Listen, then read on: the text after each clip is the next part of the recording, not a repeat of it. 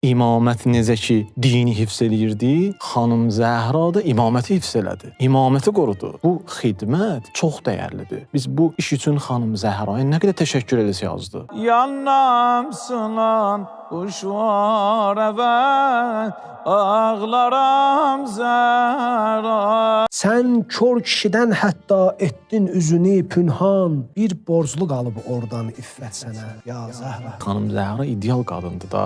Kevsər surəsində də ki, nisbət verirlər xanım Zəhraya ki, Kevsər kimdir? Xanım Zəhradır da. Həzrəti Peyğəmbərimizə Allahımız buyurur ki, İnna a'taynəkəl Kevsər. Biz sənə Kevsəri əta elədik. Kevsər odur ki, öz əməli ilə özü də nurani olar.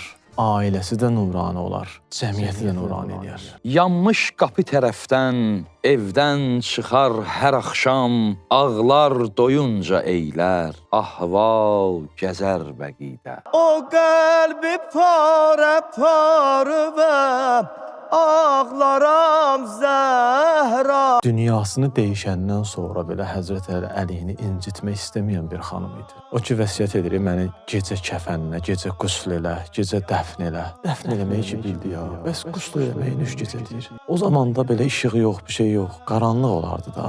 Ona görə istəyirdi ki, Həzrət Əli xanımın o bədənində olan o əzikləri, qəmci yerlərini görməsin.